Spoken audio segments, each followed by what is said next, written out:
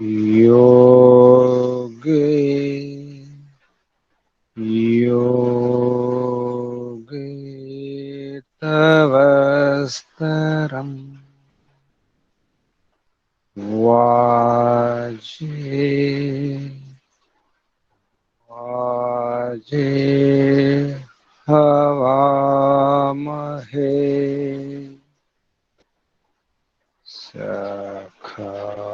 सखाय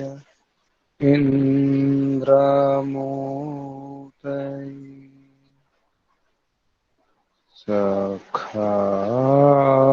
सखाय इन्द्रमूर्तये ॐ युञ्जते मन उत युञ्जते धियो विप्रा विप्रस्य बृहतो विपश्चितः विहोत्रा दधे वयुनाविदेक इन्महि देवस्य सवितुः परिष्ठुतिः इन्महि देवस्य सवितुः परिष्ठुतिः ॐ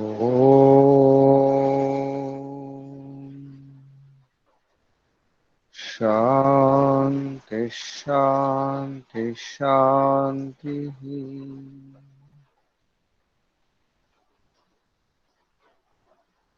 परमपित परमात्मा केवल आनंदम सच्चिदानंदम आनंद घनम अनंतानंदम पूर्णानंदम अपारानंदम मोक्षानंदम ओम ओम को వందనాలు ఋషులకు మహర్షులకు యోగులకు మునులకు వందనాలు గురువులకు ఆచార్యులకు పెద్దలకు మాతాపితలకు శ్రేయోభిలాషులకు మిత్రులకు చరాచర జగత్తుకు వందనాలు సర్వేభ్యో నమో నమః ప్రణవ ప్రణామః ఆత్మ బంధువులారా శాశ్వత బంధువులారా ఆత్మీయ బాంధవులారా మిత్రులారా సుమిత్రులారా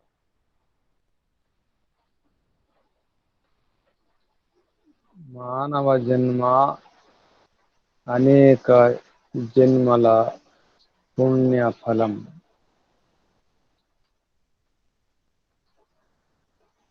పరమపిత పరమాత్మ యొక్క అద్భుత రచన ఈ మానవ దేహం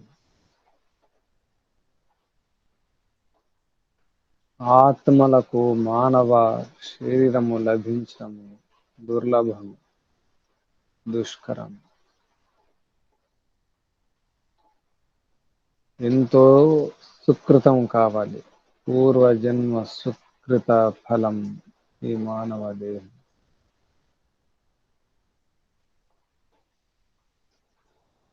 ఈ దేహం యొక్క ఉద్దేశం పూర్ణానందం శాశ్వతానందం విశుద్ధానందం పొందడం కొరకు ఏ ఆత్మకు ఏ ప్రాణికి ఎటువంటి దుఃఖం ఇష్టం ఉండదు లేశ మాత్ర క్లేశం ఏమాత్రం కొంచెం కూడా దుఃఖము కష్టము బాధలు ఇష్టం ఉండవు మనకు ఇష్టము లేదు ఆ బాధలే కాదు, వ్యాధులు, సమస్యలు ఏమీ కూడా అవసరం లేదు. సుఖంగా ఉండాలి, శాంతంగా ఉండాలి, ప్రశాంతంగా ఉండాలి, తృప్తిగా, హాయిగా, ఉల్లాసం, ఉత్సాహం, ధైర్యం, నిశ్చింతగా ఉండాలి. అందరూ ఆశిస్తారు, అందరూ కోరుకుంటారు. ప్రతి జీవి, ప్రతి ప్రాణి, అందులో మనం మానవులం, బుద్ధిజీవులం.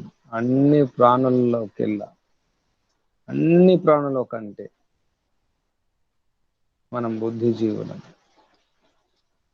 వివేకము, విచక్షణ ఎంత పెంచుకుంటే అంత, జ్ఞాన విజ్ఞానం ఎంత పెంచుకుంటే అంత, ఎంత పురుషార్థము చేస్తే అంత, అటువంటి అవకాశం ఉన్న మనం ఏమి చేయాలో, ఏమి తినాలో, ఏమి అనాలో, ఏమి కనాలో, ఎలా ఉండాలో, ఎలా వ్యవహారం చేయాలో ఇంకా తెలియడం లేదు. మానవుడు ప్రయత్నం చేస్తూనే ఉన్నాడు. ఇంకా ఎలా, ఇంకా ఎలా, ఇంకా ఎలా. ఎంత ప్రయత్నం చేస్తున్నప్పటికీ ఇంకా సమస్యలు, ఇంకా విభేదాలు, భేదాలు, బాధలు, వాదాలు, వివాదాలు, తగాదాలు, జడ జగడాలు, ఆగడాలు, ఆర్భాటాలు, హంగామాలు. ఇంకా శాంతి పోలేదు, అసంతృప్తి పోలేదు, నిరాశ పోలేదు. ఇంకా ఏదో ఉంది, ఏదో ఉంది. ఇంకా సందేహమే. సంశయాలు తీరలేదు, సమస్యలు పోలేదు. ఇంకా ప్రయత్నం చేస్తూనే ఉన్నాడు మానవుడు. కానీ అన్ని సమస్యలకు పరిష్కారం ఉంది, అన్ని బాధలకు సమాధానాలు ఉన్నాయి. అదే తెలియడం లేదు. మార్గం ఉంది, మార్గదర్శనం చేసేవారు లేరు. సరి అయిన దారి చూపించేవారు కావాలి. ఆ దారి ఏది? ఏ దారి సరి అయిన దారి? ఏ మార్గం సత్య మార్గం? సమస్యలకు పరిష్కారాలు ఎక్కడున్నాయి? కష్టాలు ఎలా తీరుతాయి? ఎలా ఆత్మ తృప్తి చెందుతుంది? ఎలా తన లక్ష్యాన్ని చేరుకుంటుంది? తన ఆశయం, తన జీవితాశయం. కొందరికైతే ఆశయాలు తెలియవు, జీవితాశయం తెలియదు, లక్ష్యమే తెలియదు, గమ్యమే లేదు. గమనం చేస్తున్నారు, ప్రయాణం చేస్తున్నారు. ఎక్కడికి వెళ్ళాలో, ఎక్కడికి చేరుకోవాలో ఏమీ తెలియదు.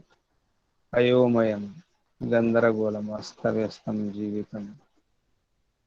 అది కాదు జీవితం అంటే, అది కాదు. భ్రమంలో ఉంటున్నాం, భ్రమంలో ఉంటున్నాం, బాధల్లో ఉంటున్నాం. భ్రమలు వీడి బ్రహ్మను పట్టుకోవాలి, పరబ్రహ్మను పట్టుకోవాలి, పరబ్రహ్మను చేరుకోవాలి, పరమాత్మను చేరుకోవాలి. భ్రమలు వద్దు, బ్రహ్మ కావాలి, పరబ్రహ్మ కావాలి. ప్రయత్నం చేస్తున్నాం, ఎన్నో రకాలుగా ప్రయత్నం చేస్తున్నాం, రకరకాలుగా. భౌతికంగా, ధనార్జనతో, సాధనాల ఆర్జనతో, వస్తువులు, పదార్థాలను సంపాదిస్తూ, వాహనాలు, భవనాలు సంపాదిస్తూ కష్టాలు తీరుతాయి అనుకుంటున్నాము. ధన ఐశ్వర్యాదులతో కష్టాలు పోతాయి అనుకుంటున్నాం. కానీ నా విత్తేన తరపనీయో మనుష్యు అన్నారు ఋషులు. విత్తము ద్వారా తర్పణము కాదు, తరణము కాదు, తరించడము కానే కాదు. ధనము సాధనమే. వస్తువులు, పదార్థాలు అన్నీ సాధనాలే, పరికరాలే, అవసరాలే. అవసరమే. ఆశయం తీరాలంటే ఈ అవసరాలు, అవసరాలు కావాలి. అవసరాలు అవసరాలే, సాధనాలు సాధనాలే. ధనం సాధనమే. కానీ పరిష్కారం, సమాధానం, లక్ష్యమే లేదు, గమ్యమే లేదు. పోతూ ఉన్నాం, పరిగెత్తుతూ ఉన్నాం. పరుగు పందెం. ఆ పరుగు పందెంలో లక్ష్యం లేదు, ఉద్దేశం లేదు. అందరూ పరిగెత్తుతున్నారు, నేను పరిగెత్తాలి. అందరూ ప్రవాహంలో పడిపోతున్నారు, నేను కూడా ప్రవాహంలో పడిపోవాలి అంతే. ఆ ప్రవాహంలో పడిపోకపోతే పిచ్చోడంటారేమో అని ఒక బాధ. అవమానం భరించలేను, అపనిందలు భరించలేను. అందుకే పడిపోవాలి, అందరితో ఉండాలి. లోకముతో నేనుండాలి, లోకములో ఉండాలనుకుంటున్నాను. లోకములో ఉండడం ఎప్పటికీ కుదరదు. అనుకున్నా ఉండలేము. ఈ శరీరం ఉండదు, భగవంతుడు ఉండనివ్వడు. లోకం మారుతుంది, ఈ శరీరం మారుతుంది, అన్నీ మారుతాయి, మారిపోతూ ఉంటాయి. చివరికి ఎవరూ కాదు, ఏమీ కాదు, ఎవరు రక్షించరు. ఏ వస్తువు, ఏ పదార్థము, ఏ పదవి, ఏ అధికారం, ఏ ధనము ఏదీ రక్షించదు. అన్నీ వింటూ ఉన్నాము, కంటూ ఉన్నాము, చూస్తున్నాము. శ్మశానములో వైరాగ్యం, ప్రసవ వేదనల వైరాగ్యం. శ్మశానములు అందరికీ వైరాగ్యం అనిపిస్తుంది. ప్రతి ఒక్కరికి అనిపించకపోవచ్చు, కానీ శ్మశానంలో వైరాగ్యం అనిపిస్తుంది. ఇక ఏమీ లేదు, అంతా వ్యర్థమే. ఉత్తి చేతులతో వెళ్ళడమే, అంతా విడిచిపెట్టిపోవడమే అని వైరాగ్యం రావచ్చు. అలాగే మనము కూడా ధ్యానం చేస్తున్నాం, జపం చేస్తున్నాం, బాగా అనిపిస్తుంది. ప్రాపంచిక భౌతిక సుఖాలు అవి శాశ్వతం కాదు. అన్ని క్షణికాలే, క్షణిక సుఖాలే. మళ్ళీ ఆ సుఖాల వెనుక దుఃఖాలు ఉన్నాయి, ఇందులో తాపాలు ఉన్నాయి. పరిణామ తాప సంస్కార దుఃఖై మునమృతి విరోధాశ్చ దుఃఖమేవ సర్వం వివేకిన. అన్నీ దుఃఖాలే, తెలుసుకుంటే, అర్థం చేసుకుంటే, వివేకం ఉంటే అన్ని దుఃఖాలే. మరి ఈ దుఃఖాలను దూరం చేసుకోవడం ఎలా? ఇంద్రియాలు వినవు, శరీరము వినదు, మనస్సు వినదు. ఎలా? ప్రయత్నం ఏమిటి? నా స్థితి ఏమిటి, నా పరిస్థితి ఏమిటి, నా స్థాయి ఏమిటి, నేను ఎక్కడున్నాను, ఏమి చేస్తున్నాను, ఏమి చేయాలి, ఎందుకు వచ్చాను, ఎందుకు వెళుతున్నాను? ఇదొక ప్రయాణం, ఇదొక సంత. ఈ సంతలో ఈ వింతలేమిటి, ఈ విడ్డూరాలేమిటి? అంతా సంత, అంతా వింతే, వింత ప్రపంచం. ఈ చమకులు ధమకులే, అన్ని హంగామాలే, ఆర్భాటాలే. దర్శనాలు లేవు, అన్ని ప్రదర్శనాలే. ఆచారం లేదు, ప్రచారం తప్ప. ప్రచారం కొరకే ప్రయత్నం చేస్తున్నాం. నా ప్రచారం కావాలి, నీ ప్రచారం కావాలి, నీ పేరు, నా పేరు. చివరికి ఏ పేరు మిగలదు. పేరు లేదు, ఊరు లేదు, నామరూపాలు లేకుండా నదిలాగా సముద్రంలో కలిసిపోవడం తప్ప ఇంకా ఏమీ మిగలదు. ప్రయత్నం చేద్దాం, ఇంకా ప్రయత్నం చేయాలి. ఋషుల బాటలో, ఋషుల మాటను అనుసరించి, వారి మార్గదర్శనంలో, వారి సలహాను పాటిస్తూ ముందుకెళ్తున్నాం. ముందుగా మన ఇంద్రియాలను అదుపులో ఉంచుకోవాలి. ఇంద్రియాలు మనం చెప్పినట్టే వినాలంటే ఏం చేయాలి? పతంజలి మహర్షి చెప్తున్నారు, ప్రత్యాహారం చేసుకోండి, మనస్సును లాక్కోండి, మనస్సును పట్టుకోండి, వెనక్కి లాగండి మనస్సును. ప్రతి ఆహారం చేయండి, వెనక్కి హరించండి.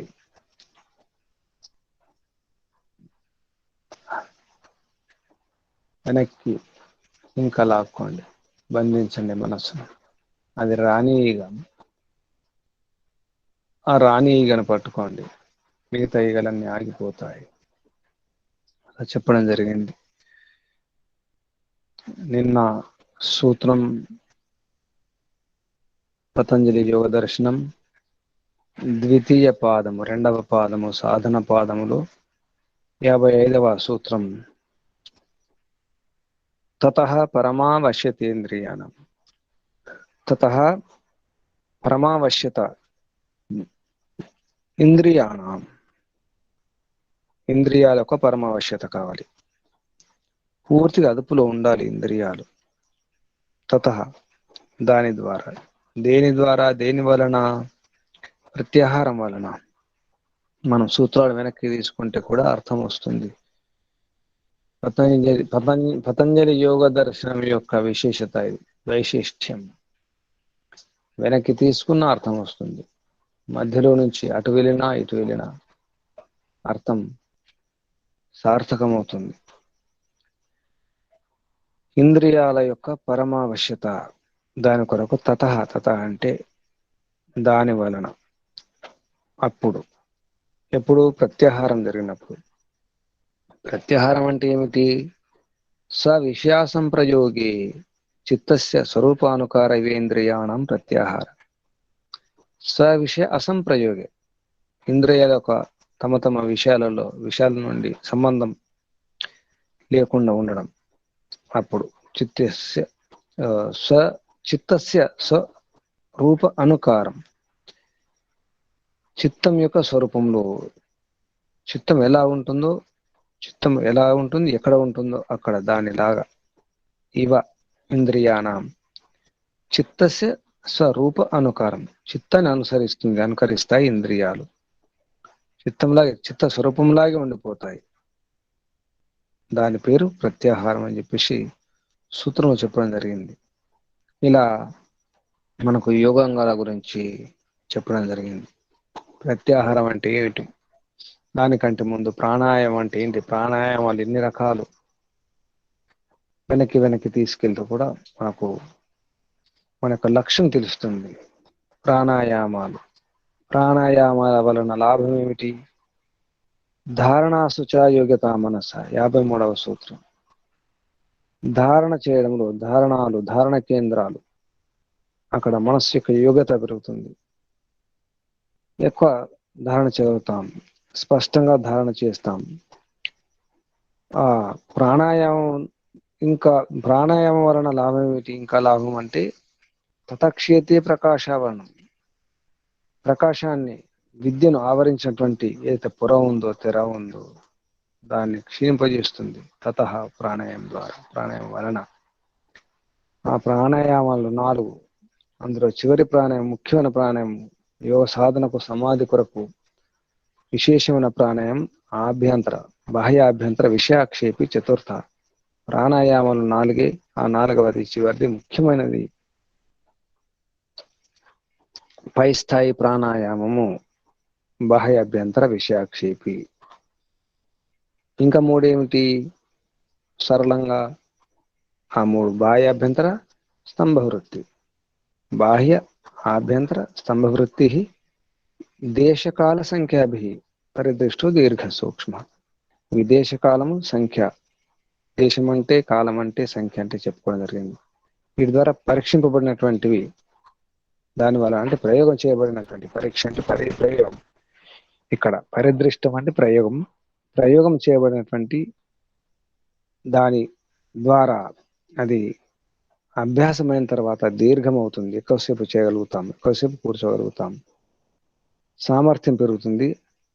దాని అర్థం దీర్ఘం అని చెప్పడం జరిగింది. ఆ శబ్దం, దీర్ఘమైన శబ్దం యొక్క అర్థం అది సూక్ష్మం కూడా అవుతుంది. శరీరం తేలిక అవుతుంది, ఇంద్రియాలు, మనసు తేలిక, హాయిగా, ఉల్లాసంగా ఉంటాం. మరి ఆ శ్వాస ప్రశ్వాస ఎలా తీసుకోవాలి, ప్రాణాయామం ఎలా చేయాలంటే, తస్మిన్ సతి శ్వాస ప్రశ్వాసయో గతి విచ్ఛేద. శ్వాస ప్రశ్వాసయో గతి విచ్ఛేద ప్రాణాయామ. శ్వాస ప్రశ్వాసల గతిని విచ్ఛిన్నం చేయడం, ఆపడం, దాని పేరు ప్రాణాయామము.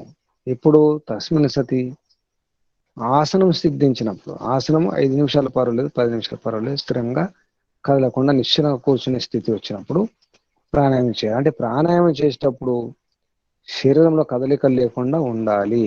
అది సిద్ధి, అది పరిణతి, ఆసనం యొక్క పరిపక్వ స్థితి. ఆసనాలు చేస్తే లాభం ఏమిటి? ఆసనాలు అంటే ధ్యానం కొరకు చేసే ఆసనాలు మాత్రమే, వ్యాయామాసనాలు కాదు. ధ్యానం కొరకు స్థిరంగా నిశ్చలంగా కూర్చోడానికి పనికొచ్చే ఆసనాలు. ఆ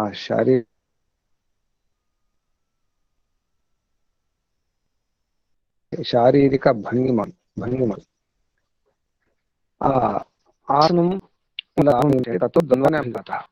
ద్వంద్వలు ఆకలి దెబ్బకలి శీతోష్ణాలకు కొంతవరకు అదుపులో ఉంచుకోవచ్చు. తత అంటే ఆసనాలు సిద్ధించినప్పుడు ఆసనం ఏదో ఒక ఆసనంలో ప్రయత్నం చేసి అభ్యాసం చేసుకోవాలి. ఒక ఆసనం సరిపోతుంది ధ్యానం చేసేటప్పుడు. ఆసనం మనసకుండా ఉండాలి. ఒకే ఒక ఆసనంలో కూర్చుని ప్రయత్నం చేయాలి. అది కూడా ఎప్పుడు సిద్ధిస్తుందంటే ప్రయత్న శైథిల్య అనంత సమాప్తిభ్యం. ప్రయత్న శైథిల్యం, ప్రయత్నం లేకుండా పూర్తి రిలాక్స్. దేని అదుపులో పెట్టే ప్రయత్నం ఉండకూడదు. పూర్తిగా స్థిరంగా ఉండాలి, నిశ్చలంగా ఉండాలి. పూర్తిగా శరీరంలో ఏ బిగువు లేకుండా సడలింపులో ఉండాలి. కండరాలను కూడా సడలి ఉండాలి. ప్రయత్న శైథిల్యం అనంత సమాపత్తిభ్యం. పరమపిత పరమాత్మ అనంతుడు, అనంతములు ఏకాగ్రం చేయాలి. సర్వవ్యాపకమైనటువంటి ఆ ఓంలో మనసును నిలపాలి, చిత్తాన్ని ఏకాగ్రం చేయాలి. అప్పుడు ఈ స్థిరత్వం వస్తుంది, ఆసనం సిద్ధిస్తుంది. అదొక ఉపాయం. ఆసనం అంటే ఏమిటి? స్థిర సుఖమాసనం. ఆసనం అంటే స్థిరంగా సుఖంగా నిచ్చేది. యథాసుఖం, ఎలా కూర్చుంటే సుఖం ఉంటుందో, ఎలా పడుకుంటే సుఖం ఉంటుందో దాన్ని ఆసనం అంటారు. ఆసనం అంటే కూర్చోడం ఒకటే కాదు, పడుకోవడం కూడా ఆసనమే. అందులో పర్యంకం అని చెప్పడం జరిగింది. ఆసనాలన్నీ ఇక్కడ పతంజలి మహర్షి చెప్పిన సూత్రానికి వ్యాస మహర్షి ఆసనాల గురించి చెప్తున్నారు. ఆ పేర్లు కూడా పద్మాసనం, వీరాసనం, భద్రాసనం, స్వస్తికాసనం, దండాసనం, సోపాశ్రయం, పర్యంకం, క్రౌంచ నిషదనం, హస్తి నిషదనం, ఉష్ట నిషదనం, సమసంస్థానం, స్థిర సుఖం, యథాసుఖం చ ఇది ఏవం ఆదిని మొదలగునవి ఇంకా ఉంటాయి మొదలగునవి అన్నారు. ఎలా కూర్చుంటే స్థిరంగా ఉంటాయి ఆసనాలు? ఆ ఆసనాలు కూర్చోండి. ఇందులో వజ్రాసనం పేర్లు. వజ్రాసనం కూర్చోవచ్చు, శవాసనం కూడా ఉండొచ్చు, మకరాసనంలో ఉండొచ్చు. ఇలా స్థిరంగా ఉండాలి, సుఖం ఉండాలి ఆసనం అది. అయితే ఆసనానికంటే ముందు యమ నియమాల గురించి చెప్పడం జరిగింది. ఇది కొత్తగా యోగ సాధన చేసే వారికి పనికొచ్చే విధానం ఇది. యమ నియమాదులు లేకుండా ఆసనాలు, ప్రాణాయామం, ప్రత్యాహారము, ధారణ, ధ్యానం చేయడం కుదరదు. అయితే ఈ పాదంలో మనకు అంటే రెండవ పాదం పతంజలి యోగ దర్శనం, రెండవ పాదం సాధన పాదంలో బహిరంగ యోగం గురించి చెప్పడం జరిగింది. ఇదంతా బహిరంగ యోగ.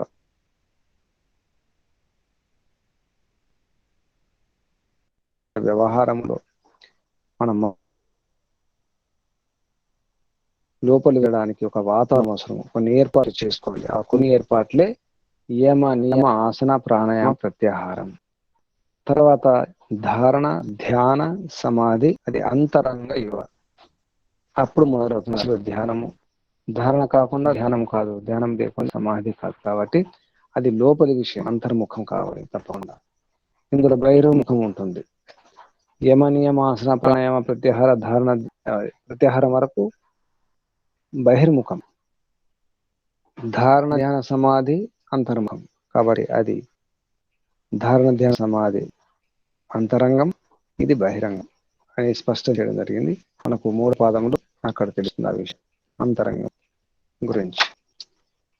ఇక యమ నియమాలలో నియమాల గురించి, నియమాలు వ్యక్తిగత నియమాలు. మనం వెనక్కి వెళ్తున్నాం, సూత్రాలు వెనక్కి తీసుకెళ్తున్నాం.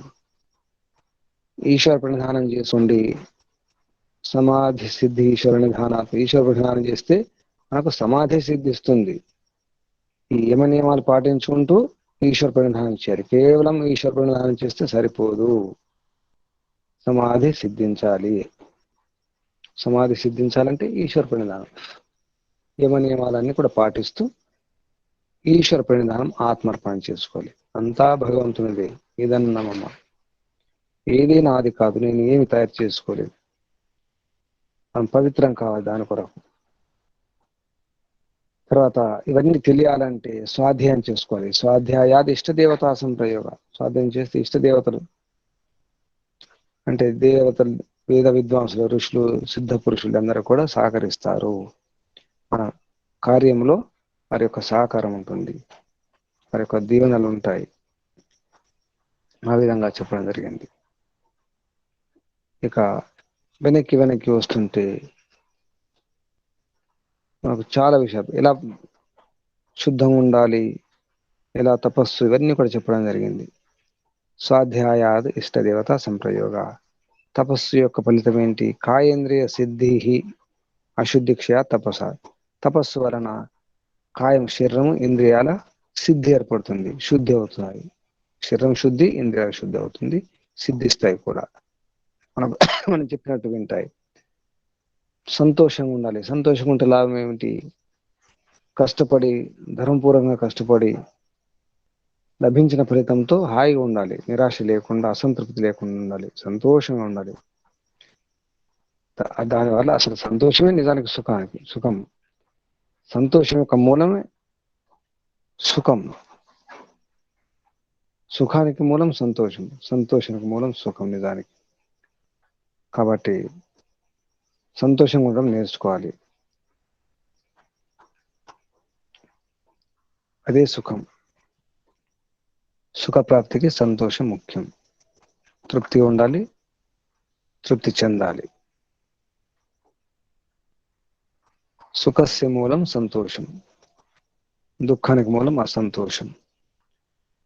అసంతోషంగా ఉండడమే దుఃఖం నిజానికి ఇంద్రియాలకు తృప్తి అనిపించడమే సుఖం, ఇంద్రియాలకు ప్రతికూలం అనిపించడమే దుఃఖం నిజానికి. సుఖము దుఃఖము, సుష్టు దుష్ట, రెండు గుర్తుంచుకోవాలి. ఖ అంటే ఇంద్రియం, సుఖం అంటే ఇంద్రియాలకు సుష్టు, ఇంద్రియాలకు తృప్తి, ఇంద్రియాలకు అనుకూలం.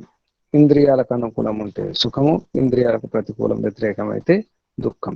అంటే ఇంద్రియాలు తృప్తి చెందితే సుఖం, ఇంద్రియాల అసంతృప్తి అయితే దుఃఖం.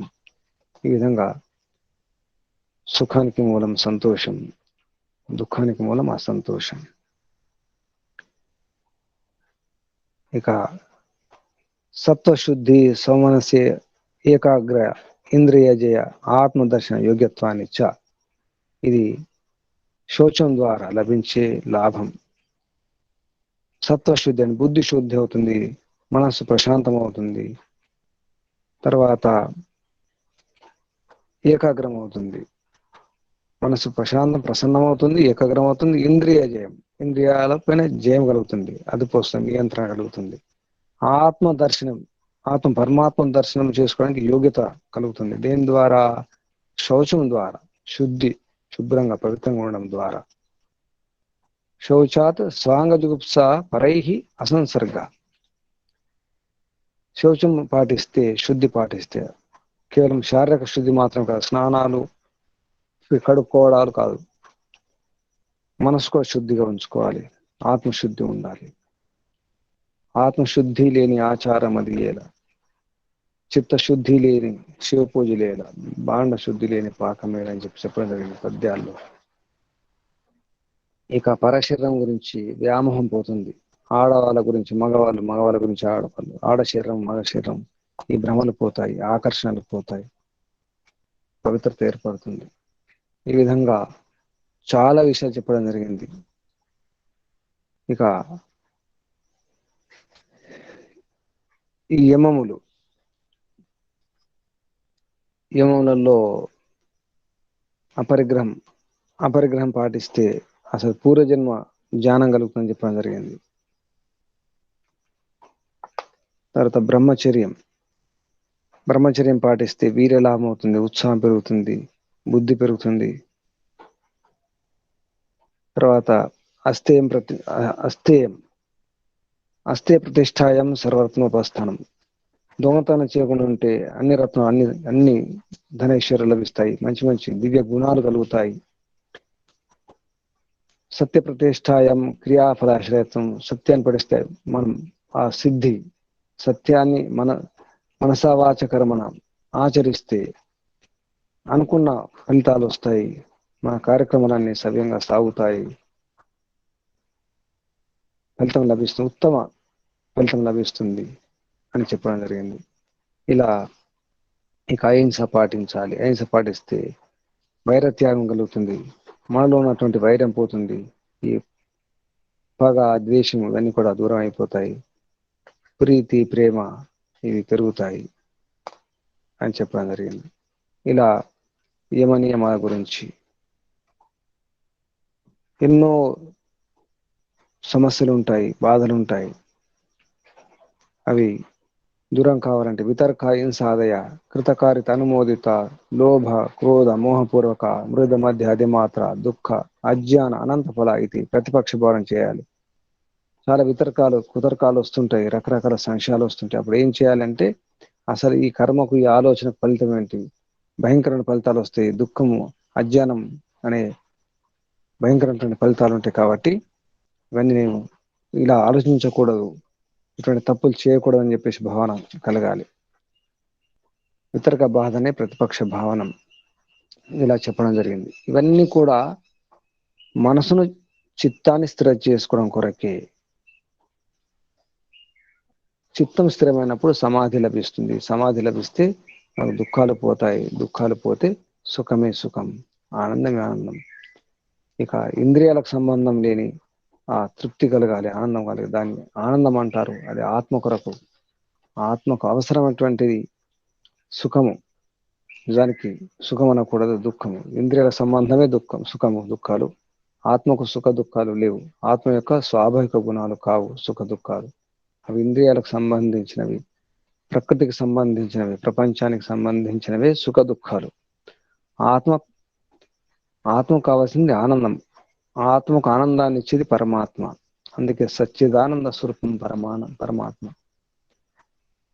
ఈ విధంగా యమనియమ చెప్పడం జరిగింది.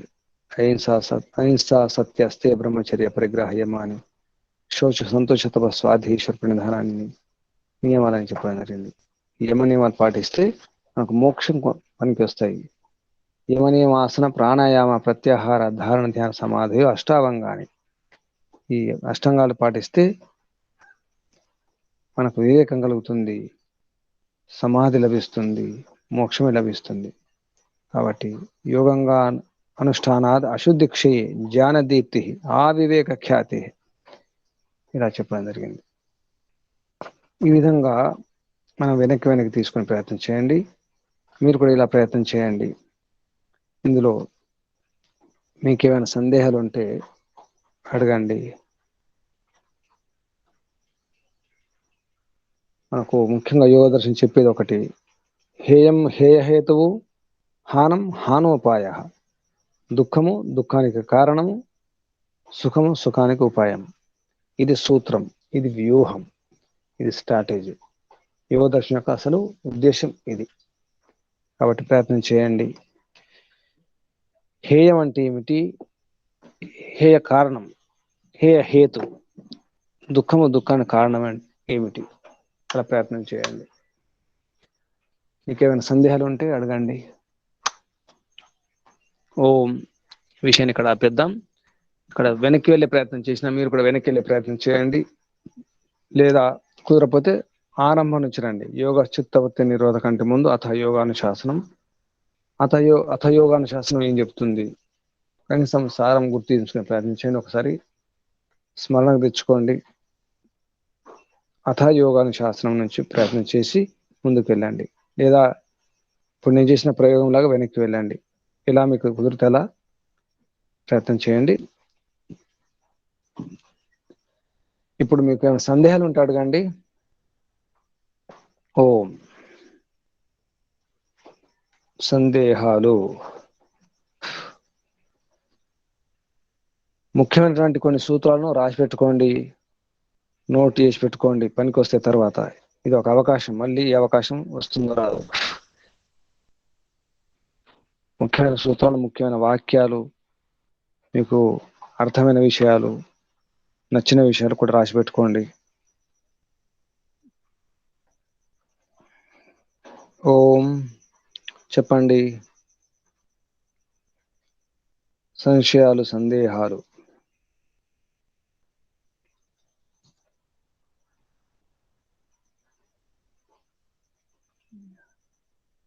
ఓం ఓం. అడగండి. ఎక్కడైనా పర్వాలేదు, అడగండి. ప్రారంభం గురూజీ నుంచి కానీ అడగండి. గురూజీ నమస్తే.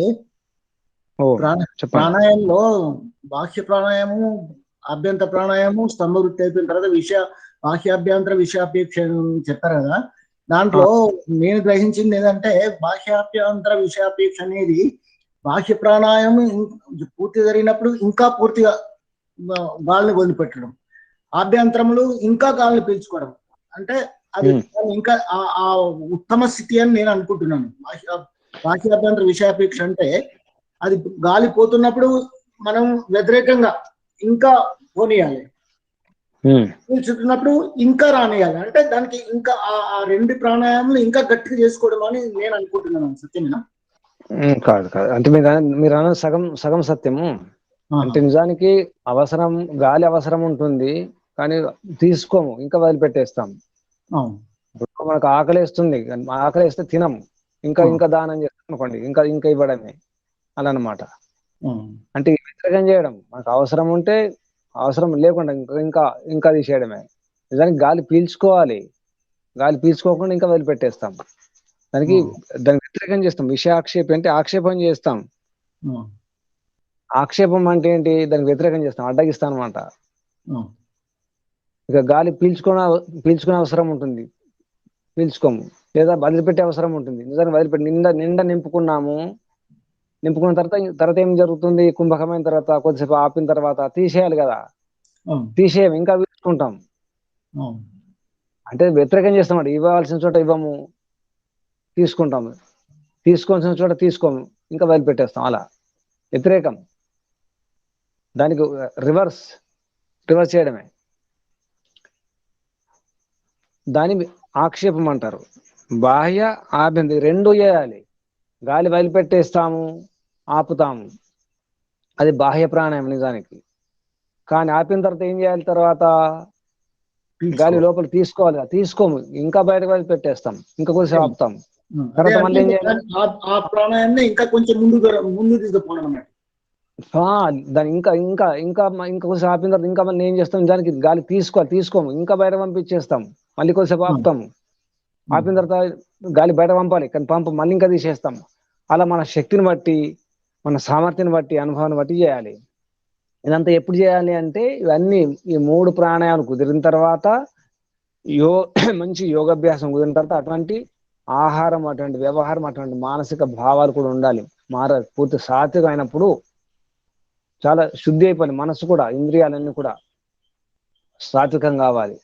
ఆ స్థితిలో అంటే అటువంటి ఆహారం ఉండి, అటువంటి వ్యవహారం, అటువంటి వాతావరణం ఉన్నప్పుడు అది చేస్తారు. అది మనం చేస్తే కుదిరేది కాదు. మనం చేస్తే వికృతమయ్యే అవకాశం ఉంది. నరాలు దెబ్బతినవచ్చు, నరాలు తెగిపోవచ్చు బ్రెయిన్ లో, అలా. లేదా ఈ ఊపిరితిత్తులు దెబ్బతినవచ్చు, చాలా ప్రమాదం నిజానికి. అది చాలా గురువు గారు తప్పకుండా ఉండాలి, గురుముఖం ఉండాలి, మంచి అనుభవం ఉన్నటువంటి నిపుణుడైన గురువు ముందర చేయాలి, వారి యొక్క మార్గదర్శనంలో. అందుకే విడిగా రాయడం జరిగింది. బాహ్య ఆభ్యంతర విషయాక్షేపి చతుర్థ అని చెప్పేసి విడిగా సూత్రం పెట్టడం జరిగింది. 3 మాత్రం చేసుకోవచ్చు, బాహ్య ఆభ్యంతర స్తంభ వృత్తి, ఇవి చేసుకోవచ్చు. ఇంకా సందేహాలు? ధన్యవాదాలు స్వామి. స్పష్టమైందా మీకు నారాయణ గారు? అయిపోయింది. ఇంకా ఇంకా సందేహాలు? నమస్తే గురుజీ. కృష్ణ చెప్పండి. వివేకం ద్వారా బుద్ధి శుద్ధి అవుతుంది అని చెప్పారు కదా గురుజీ. వివేకం ద్వారా సూత్రం చెప్పండి. ఏ సూత్రం అనుకున్నారు మీరు? ఎక్కడ? సూత్రం 41. ఇది శుద్ధి విషయంలో చెప్పారు గురుజీ. చెప్పండి. ఇక్కడ వివేకం ద్వారా బుద్ధి శుద్ధి అవుతుందని చెప్పారు గురుజీ. అది 40 సూత్రం అనుకుంటాను గురుజీ. కాదు, అదే శౌచం గురించి నియమాలలో వస్తుంది అది. 40 41. 41 గురుజీ. సత్వశుద్ధి అంటే బుద్ధి శుద్ధి అవుతుంది. ఎప్పుడు శౌచం మనము శుచి పాటించము, స్వచ్ఛత పాటించినప్పుడు. ఏ స్వచ్ఛత? 2 స్వచ్ఛత. శరీరము మనం రోజు స్నానం చేసుకుంటున్నాము, గురుజీ. నోరు కడుక్కుంటున్నాము, అన్ని కడుక్కుంటున్నాము, మొహం కడుక్కుంటున్నాము, కాలు చేతులు కడుక్కుంటున్నాము. అయినప్పటికీ కూడా ఇంకా అపవిత్రంగా ఉంటుంది. ఇంకా శుద్ధి అవసరం ఉంటుంది. ఇంకా మురికి ఉంటుంది, ఇంకా మలినాలు ఉంటాయి. అంటే ఏమనిపిస్తుంది? ఇంత శుద్ధిగా ఉన్నప్పుడు ఇంకా ఇంత మురికి ఉంది నా శరీరమే, ఇక ఇతరుల శరీరం ఎలా ఉంటుంది? కాబట్టి ఇతరులను ముట్టుకోకూడదు అనిపిస్తుంది. అదే కాకుండా ఇక్కడ ఏం జరుగుతుంది అంటే సత్వశుద్ధి అంటే మన మానసికంగా కూడా శుద్ధి ఉండాలి. మనసు ద్వారా శుద్ధి, మంచి ఆలోచనలు ఉంచుకోవాలి, ఈర్ష్యాద్వేషాలు లేకుండా ఉంచుకోవాలి, ఏ కపటం లేకుండా. ఇది అలా ప్రయత్నం చేస్తే అప్పుడు ఏమవుతుంది? బుద్ధి శుద్ధి అవుతుంది. సత్వశుద్ధి. సౌమనస్య అంటే మనసు ప్రసన్నం అవుతుంది. ఎటువంటి ఏ కుట్రలు కుతంత్రాలు లేవు కదా, ఎవరిపైన ఈర్ష్యాద్వేషాలు లేవు. అప్పుడు మనసు ప్రసన్నం అవుతుంది, సౌమనస్యం అవుతుంది. తర్వాత ప్రసన్నమైన మనసు ఏమవుతుంది? ఏకాగ్రం అవుతుంది, స్థిరం అవుతుంది. అప్పుడేమవుతుంది? ఇంద్రియ జయం జరుగుతుంది. ఇంద్రియ జయం అయిన తర్వాత ఇంద్రియ పైన మనకు ఒక అదుపు వస్తుంది, కంట్రోల్ వస్తుంది. అప్పుడు ఆత్మదర్శన యోగ్యత్వాన్ని ఆత్మదర్శనం అవుతుంది. అంటే ఆత్మ పరమాత్మల దర్శనం జరుగుతుంది. దానికి దర్శనం అంటే దర్శనం జరగదు, యోగ్యత ఏర్పడుతుంది. ఆత్మ పరమాత్మ దర్శనం చేసుకోవడానికి యోగ్యత మనకు కలుగుతుంది. అంటే ఆత్మ అంటే ఏంటి, పరమాత్మ అంటే ఏంటి, నా రూపం ఏంటి, నా స్వరూపం ఏమిటి అని ప్రశ్నలు వస్తాయి. దానికి యోగ్యత, మనకు ఆ సామర్థ్యం పెరుగుతుంది. దేని ద్వారా? శౌచము ద్వారా. శౌచమనే నియమం పాటించి మనసావాచ కర్మణ దీన్ని ఆచరించినప్పుడు, ఈ నియమాన్ని, శౌచమైన నియమాన్ని ఆచరించినప్పుడు కలిగే లాభం ఇది. ఇంకా స్పష్టమైందా కృష్ణమూర్తి గారు? గురుజీ రాశాను గురుజీ. శౌచం పాటిస్తే ఎన్ని లాభాలు ఇక్కడేమో స్వాంగ జుగుప్స, మన శరీరం పట్ల మనకు జుగుప్స ఏర్పడుతుంది. అయ్యో ఇంత పాటించిన శరీరం ఇంత మురికి ఉంది కాబట్టి ఇక మురికి శరీరమే అని మనకు భ్రమలు పోతాయి. తర్వాత పరైహి అసంసర్గ, వేరే శరీరం పట్ల ఇతరుల శరీరం పట్ల మనకు ముట్టకూడదు అనే ఒక అసంసర్గం ఏర్పడుతుంది. తాకడం చేయడం ఆకర్షణ ఉండదు. తర్వాత దానివల్ల అదే కాకుండా సత్వశుద్ధి, సౌమనస్యము, ఏకాగ్రము, ఇంద్రియజయము, ఆత్మదర్శన యోగ్యత, ఇన్ని లాభాలు ఉన్నాయి శోషం పాటి. అందుకే ఇప్పుడు కరోనాకి ఏం జరుగుతుంది?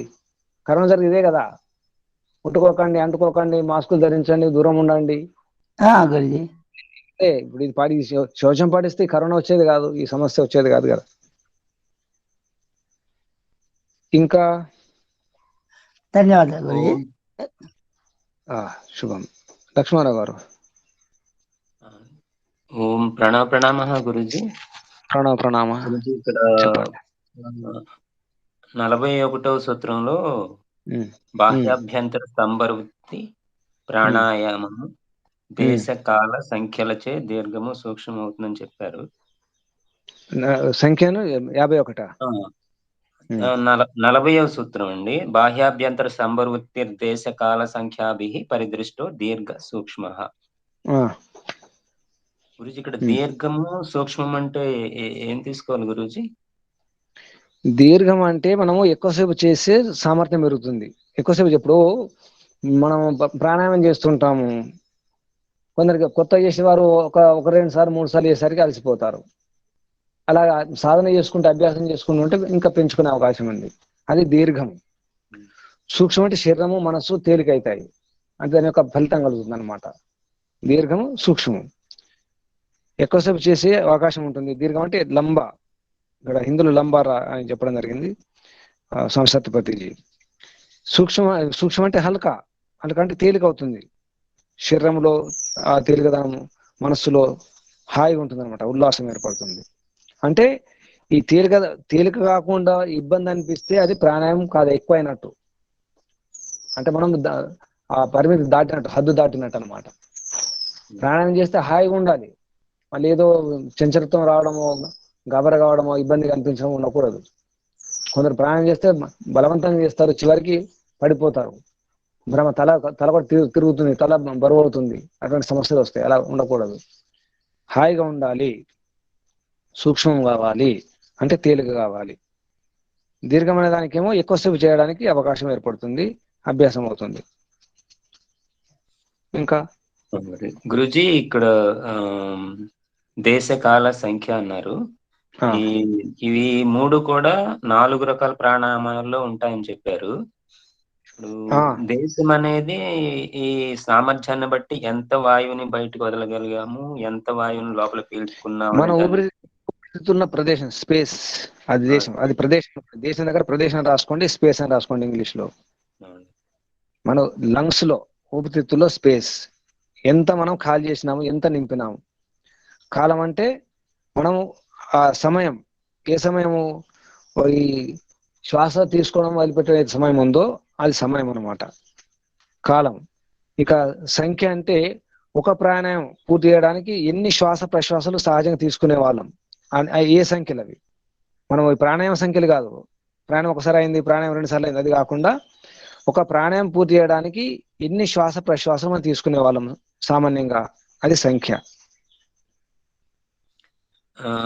గురూజీ, ఆ సంఖ్య అనేది ఇప్పుడు మనం స్వాభావికంగా ఊపిరి తీసుకోవటం, శ్వాస నిశ్వాస జరుగుతూనే ఉంటుంది. ఒక శ్వాస అనేది ఇక్కడ లెక్క మనం తీసుకొని వదిలింది 2 కలిపి ఒక శ్వాస, అది ఎలా?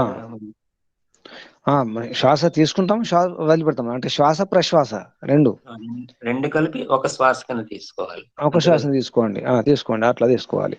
అంటే ఇట్లనే పర్వాలేదు, పర్వాలేదు, ఇన్ని శ్వాసలు ఇన్ని ప్రశ్వాసలు అలానే పర్వాలేదు, అది సంఖ్య. ఇన్ని శ్వాసలు ప్రశ్వాసలు అంటే ఒక్క ప్రాణాయామంలో ఇన్ని శ్వాసలు ఇన్ని ప్రశ్వాసలు తీసుకుంటాము, లేదా మొత్తం శ్వాస అని అనుకుంటే ఒక శ్వాస ఒక ప్రశ్వాస 2 కలిపి ఒక శ్వాస అనుకుంటే అలానే పర్వాలేదు.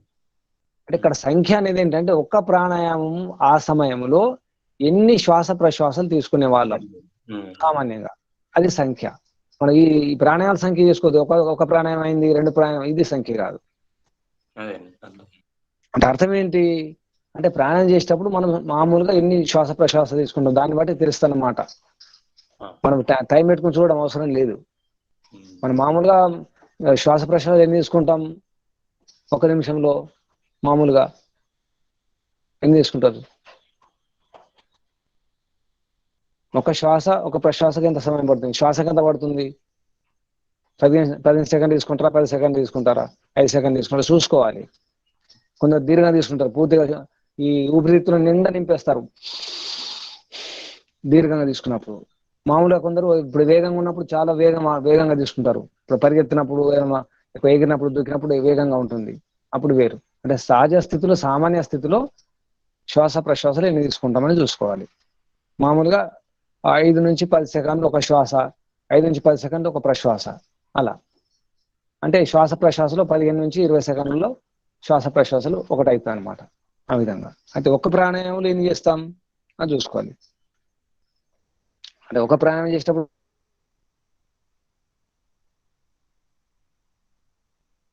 బాగా అభ్యాసం అయితే 1 నిమిషం చేస్తాం, ఇంకెక్కువ అభ్యాసం అయితే 2 నిమిషాలు చేస్తారు, మంచి సాధన కుదిరిన తర్వాత.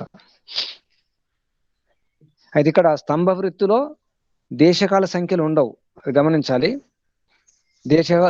స్తంభ వృత్తి ఎక్కడ కాబట్టి అక్కడ దేశ దాన్ని ఏం పట్టించుకోము, ఇది బాహ్యము అభ్యాసం వరకే ముఖ్యంగా, అది గమనించాలి. మనకు ఈ సూత్రంలో వచ్చింది ఏది, బాహ్య అభ్యంతర విషయక్షేపి అనే దాంట్లో వ్యాస భాష్యంలో వస్తుంది, స్పష్టం వస్తుంది అక్కడ. ఇక్కడ ఉభయత దీర్ఘ సూక్ష్మ అని చెప్పేసి తథా ఆభ్యంతర అక్కడ వచ్చింది, బాహ్య విషయ పరిదృష్ట ఆక్షిప్త తథా ఆభ్యంతర విషయ పరిదృష్ట ఆక్షిప్త ఉభయత దీర్ఘ సూక్ష్మ తత్పూర్వకో భూమి జయాత్ క్రమేణ ఉభయో గతి అభావ చ చతుర్థ ప్రాణాయామ తృతీయస్తు విషయానాలోచితో గతి అభావ సకృత ఆరబ్ధయవ దేశకాల సంఖ్యాభి పరిదృష్ట దీర్ఘ సూక్ష్మ.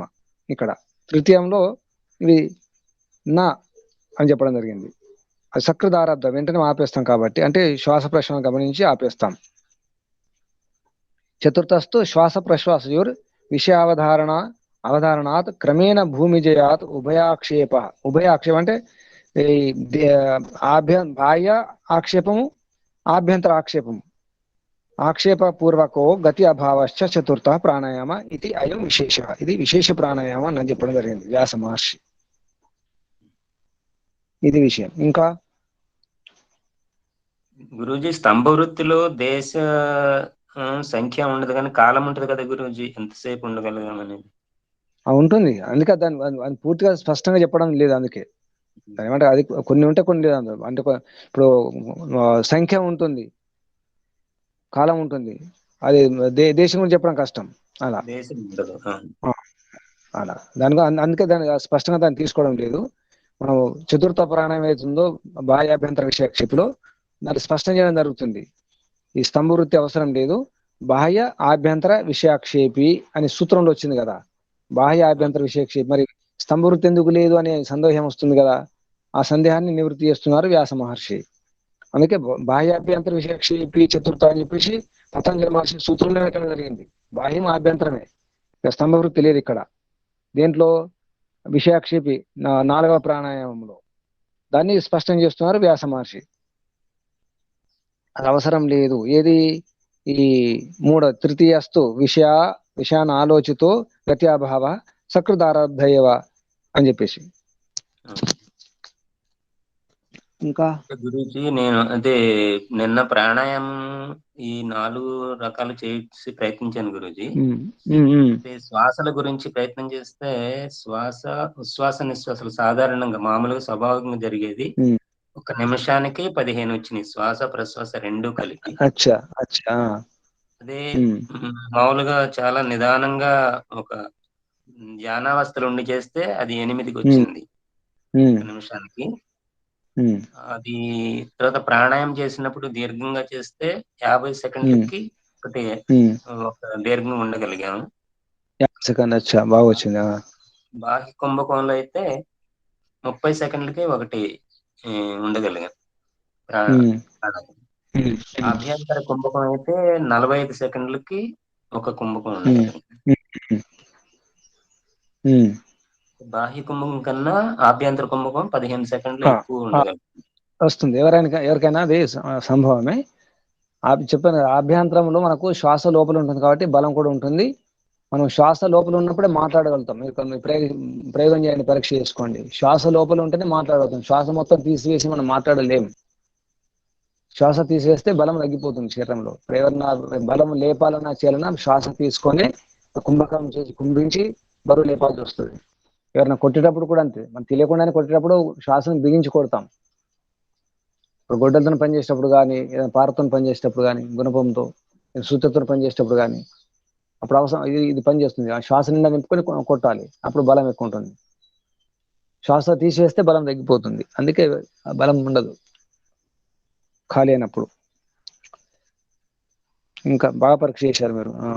ఇది ఇప్పుడు ఈ శ్వాసలు అనేవి 1 నిమిషానికి 8 నుంచి తగ్గుతుంటే మంచి ఫలితం వస్తుందంటారా?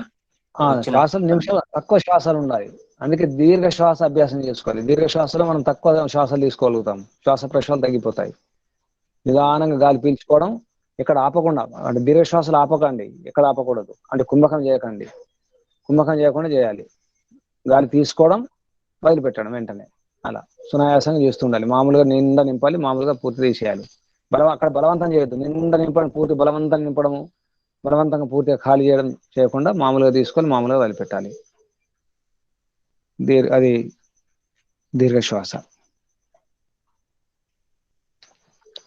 ధన్యవాదాలు గురూజీ. ఈ 4 ప్రాణాయామాలు చేయడానికి సాధన కావాల్సినటువంటి ఈ పద్ధతి చాలా చక్కగా చెప్పారు.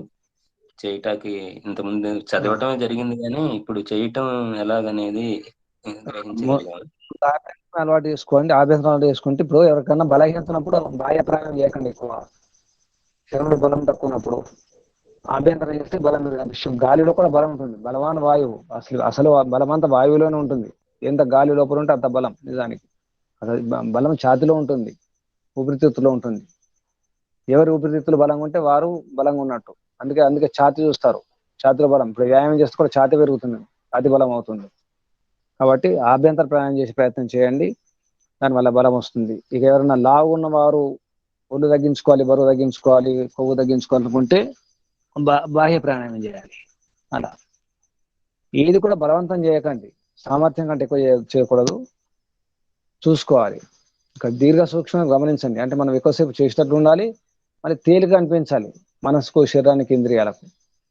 అది మనకు ప్రమాణం. పరీక్ష కూడా అది దీర్ఘము, సూక్ష్మం కావాలి. అవి గమనించాలి. దేశకాల సంఖ్యలు గమనించుతూ చేయాలి. ఇంకా ధన్యవాదాలు గురూజీ.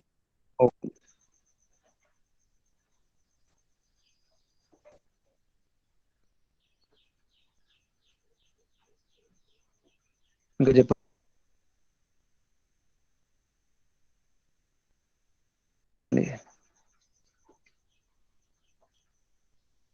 ఇంకా సందేహాలు? అయితే పరీక్ష అనుకున్నాము. ఈ మీరు వ్రాత పరీక్ష బాగుంటుందా, మౌఖిక పరీక్ష బాగుంటుందా? ఒకసారి నిర్ణయం చేస్తే బాగుంటుంది. అంటే మీకు ఎంత అర్థమైంది, ఎంత ఇక్కడ అర్థం కాకుండా ఎంత సాధన చేస్తున్నారు కూడా చూసుకోండి. అంటే ఇది వ్యక్తిగతంగా లాభం చూసుకోవాలి, అంటే స్వార్థం చూసుకోండి.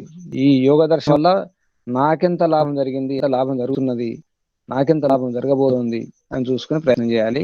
దాని కొరకు మీకు ఎంత అవగాహన జరిగింది, ఎంత అర్థం చేస్తున్నారు అనేది పరీక్ష కావాలి. ఎన్ని సూత్రాలు కంఠస్థమైనవి కాదు అక్కడ. సూత్రాలు కంఠస్థం కూడా ముఖ్యం కాదు, ఎంత ఆత్మస్థమైంది. కంఠస్థానికంటే ముఖ్యం ఆత్మస్థం. దాని గురించి మరి పరీక్ష ఉంటే బాగుంటుంది అనిపిస్తుంది. మీరేమంటారు? వ్రాత పరీక్ష అయితే మీరు మీ అనుభవాలు కూడా పెట్టుకోవచ్చు. అంటే మీరు ఎంత సాధన చేస్తున్నారు, మీకు ఎంత లాభమైంది, ఏ సూత్రాలు లాభం అనిపించినాయి మీకు, అలా అటువంటి పరీక్ష. కంఠస్థం అయితే కంఠస్థం చేసుకోండి. కంఠస్థం అయితే మంచిదే కూడా, ప్రయత్నం చేయండి. సూత్రాలు, తర్వాత వ్యాస భాష్యం ఉంటే వ్యాస భాష్యంలో కొన్ని వాక్యాలు అలా కూడా ప్రయత్నం చేయొచ్చు. పుస్తకాలు లేని వారు మీరు డౌన్లోడ్ చేసుకోవచ్చు, నెట్లో డౌన్లోడ్ చేసుకుంటే అన్ని వచ్చేస్తాయి. వ్యాస భాష సహితం కూడా దొరుకుతాయి పుస్తకాలు, అన్ని నెట్లో లభిస్తున్నాయి. ప్రయత్నం చేయండి. పరీక్ష ఎప్పుడు అనుకుందాం? వచ్చే ఆదివారమా?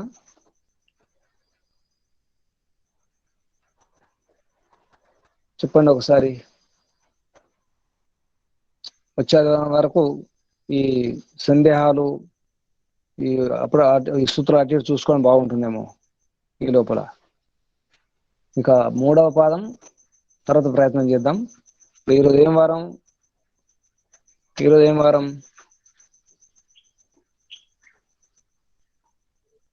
ఈరోజు మంగళవారం. మంగళవారం గురించి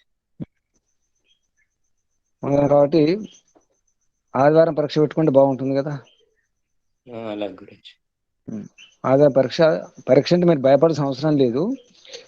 మీకెంత లాభం అనిపించింది, ఏ సూత్రాలు లాభం అనిపించాయి, ఏ సూత్రాలు మీకు అర్థమైనాయి, ఏవి అర్థం కాలేదు అని చూసుకోండి. అర్థం కాని సూత్రాలు అడుగుతుండండి ఈ లోపల.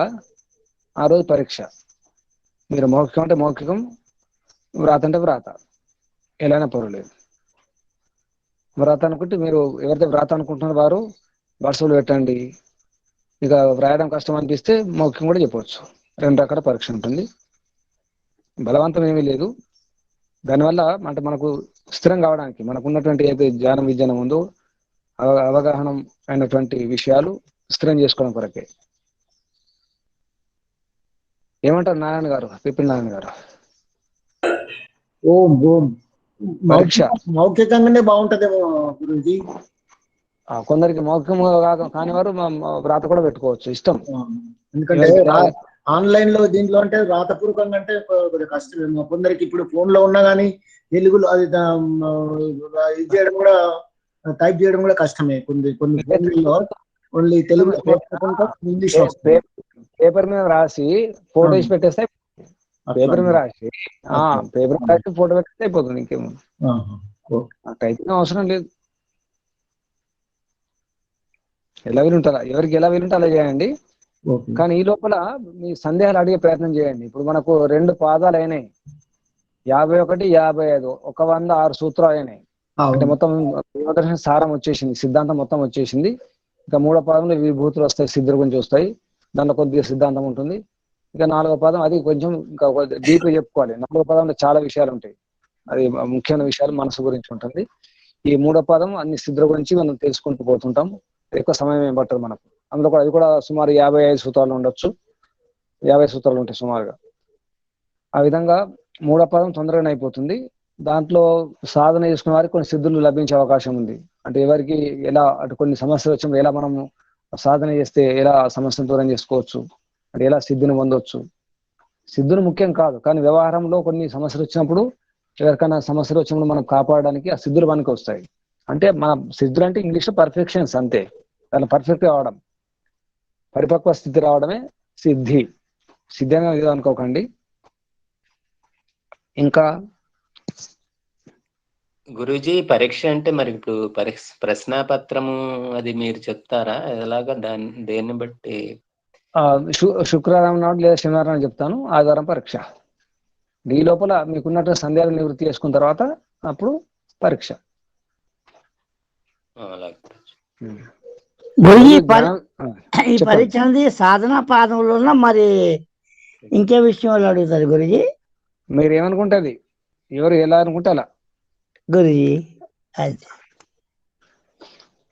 పరీక్ష పెద్ద పెద్ద టైం ఇది కాకండి. పరీక్ష అంటే పెద్ద ఏముండదు, కానీ అంటే మనకు ఎంత అర్థమైంది, ఉన్నదాన్ని ఎలా స్థిరం చేసుకోవాలి. ఇప్పుడు ఈ పరీక్ష పేరు మీద మనకు స్థిరమవుతుంది విద్య, దాని కొరకు పరీక్ష. నిజానికి పరీక్ష ఎవరి పరీక్ష వారే చేసుకోవాలి భగవంతుని సాక్షిగా. కానీ మీకెంత అవగాహన, ఎంత అర్థమైంది, ఎంత బోధపడ్డది అని తెలియాలి. ఒకవేళ అనిపిస్తే ఇంకా స్థిరం చేసుకోవడం కొరకు ఇది సహకరిస్తుంది పరీక్ష. గురుజీ, ఈ యోగ దర్శనం పూర్తయిన తర్వాత మన కార్యక్రమం చేద్దామా లక్ష్మణరావు గారు? ఏదండి పరీక్ష అండి?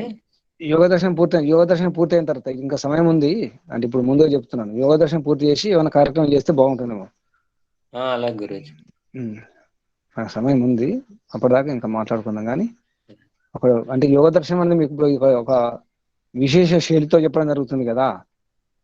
ఇది జీవితంలో ఎంత ఉపకరించింది, ఎలా ఉంది చేస్తే బాగుంటుందేమో. ఒకసారి వేదమిత్ర గారితో మాట్లాడండి.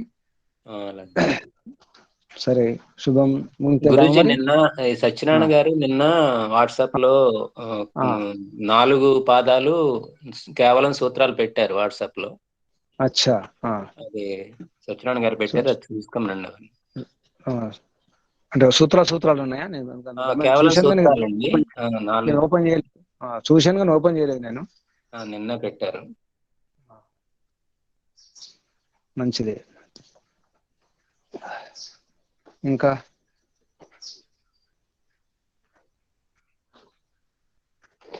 సందేహాలు ఉంటే అడగండి.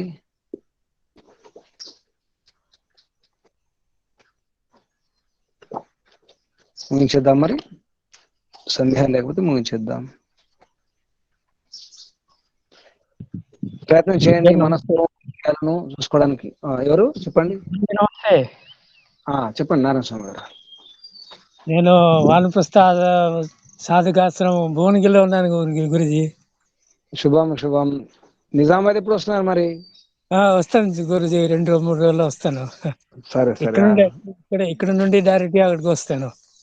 సరే. అక్కడ మన సుబ్బారావు గారు, సుమనాథ్ గారు బాగున్నారా? బాగున్నారండి డాక్టర్ గారు. మరి నమస్తే చెప్పండి. అతనే నాకు ప్రొవైడ్ చేస్తున్నారు అన్ని.